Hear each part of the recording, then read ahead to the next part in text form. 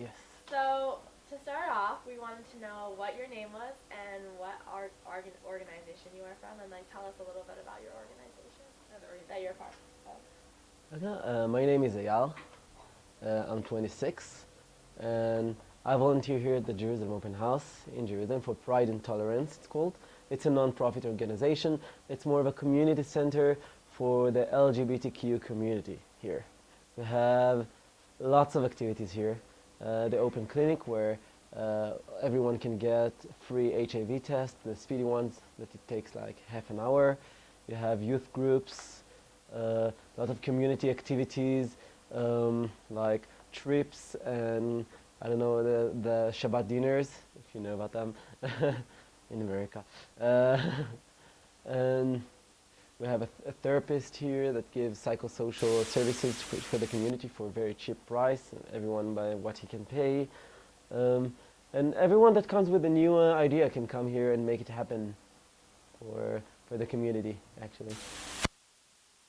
Okay, so first off, just kind of, what do you think the internationally, what people perceive the gay life as Israel to be, and like what misconceptions, or if there are any misconceptions about gay life in Israel? Internationally, Yeah. um, I've known that the tourism office made a really big what's the word? Damn it. A really big project about uh, making everyone know about the gay life in Israel, and Tel Aviv was voted as the gay-friendliest city in the world. A lot of people think that Israel is very gay-friendly, and it's half true because in every country you have the more gay. In every country you have the more gay parts where everything is more gay-friendly, and you have the other parts that are less gay-friendly. I'm guessing you can see it also in the United States. Um, I think the gay life is perceived pretty well. That it's really fun here and really gay friendly. Though you sometimes hear about stuff like when you think of Jerusalem, Jerusalem is a lot more religious than Tel Aviv, for example, and it's the gay life to be very eccentric or even exist. I guess we'll start off with, or I guess this is my question, but since you did go to the gay Pride in Tel Aviv, maybe tell us a little bit about how that is and what it's like, and the community that is down there, and also like the experiences of the gay pride. Mhm. The gay pride in Tel Aviv is very special. It's very different from the other gay parades in Israel. Actually, in the past few years, we had more and more parades in Israel. We used to have, up until a few years ago, I think, we used to have only one gay pride in Tel Aviv. And now, I think this year we have 10 pride parades, which is inconceivable, to my opinion.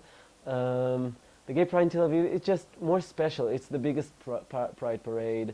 It's funded mostly by the Tel Aviv City Hall, and party-like parade, like you see on TV, when you have all the trucks and the people dancing, and you have at first. I went to that part because it's really hot in Tel Aviv, so I don't like to to walk in the parade over there. It's really hot and really crowded because all the tourists now that they're coming after what the tourism office did. So more like a gathering when you have lots of stands with all the organizations that are active in the community. You have some shows and music, and afterwards you have the parade itself, which is really crowded. Actually, last year my mother came with me for the first time to the Pride Parade.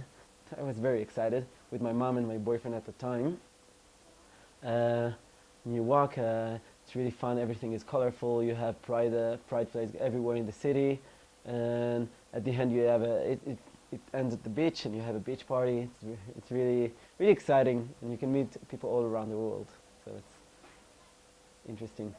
So you did talk about how, like, what is the difference between Tel Aviv Pride and Jerusalem Pride or other prides around Israel? Maybe a little bit about I think first of all, you can see it by the size. The other pride parades in Israel are smaller. Um, and the Jerusalem Pride Parade has been going on for I think 12. I think this is going to be the 12th one. It's been up for a while. Um, and regardless by the size, I think it's more of a protest than a party parade that you see with all the flags. People are walking with flags, but it's more of a protest because Jerusalem is a more complex city. Because you have here a really big. First of all, it's Jerusalem. Everybody knows Jerusalem, and it's a very It has religious sites of all three religions. Sorry about that.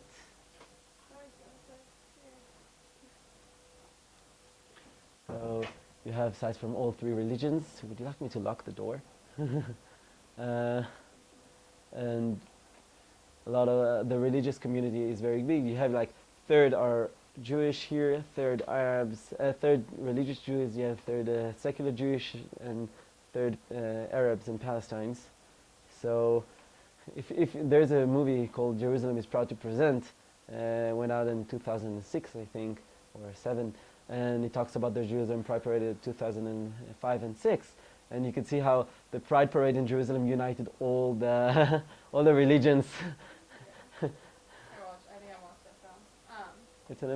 It's an amazing film, but you can see that in Tel Aviv everything is more out in the open, and in Jerusalem it's a little bit more conservative, a little bit more of a protest than a party. So maybe you could talk a little bit about the IDF and gay soldiers in IDF and how like acceptance there is or experience of being IDF soldier. Or First of all, I was in the army. Yes, I was in the armored forces. I also plan to go back to the army after I finish my degree as a therapist in the army. I'm hoping to get accepted, starting the process now. Now, the IDF itself doesn't have different rules towards LGBTQ members. I know that up until recently in the American Army, in the United States Army, you had the don't ask, don't tell policy. We haven't had that, I think, since '93, if I'm not mistaken. And up until '93, gays weren't allowed to serve in the army, but it was changed, and today you can be openly gay in the army. And I think it's more, the question is more complex because the army is made of people. And if you are in an accepting surrounding, it's going to be easier for you. If not, then you're going to get you're gonna get to have to handle some stuff because there are people who don't accept LGBTQ members everywhere, and I think it wasn't as difficult for me. I was in several places at the army before I went to the armored forces, and there I was out of the closet and people knew about me and it was all fine. At the armored forces I chose not to be out to prevent certain complications because it could pose a problem with some people. So you talked a little bit about how before there was only one gay pride parade and now there's like, you said 10? Yes. So what, I guess you can say like what is different from like then and now, like what helps society become more like accepting? I think the LGBTQ, the subject itself is more known.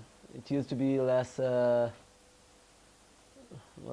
of the norm, and today you have gay icons in all TV shows. You have, of course, I'm guessing you have Big Brother also. In every Big Brother, the production bring a transgender or a lesbian or a couple of lesbians or somebody who's gay or bisexual, because it's just, you can see it everywhere today.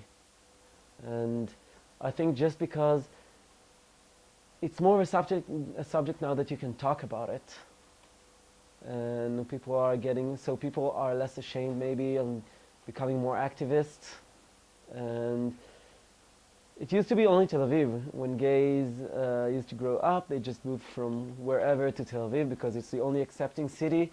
And today I find it beautiful that people are fighting for their own city, even where today walking hand in hand with my boyfriend, I almost it would be almost impossible because you could easily bump into someone that wouldn't like it, uh, and even resort into violence. But I think it's beautiful that people today are starting to fight for their cities also. So is violence against homosexuality common at all? Or a little Mm, bit, or certain groups? I would I would ask a question first. What would you define by violence? Verbal violence, gay bashing, Well, what kind of discrimination is there against like homosexuality in Israel? Or by like society or by law? Because it's a very big subject. Well, I guess, I mean, first we'll maybe talk about law and more like the laws that are in place for the gay community, and then maybe talk about like social acceptance Hmm. and like.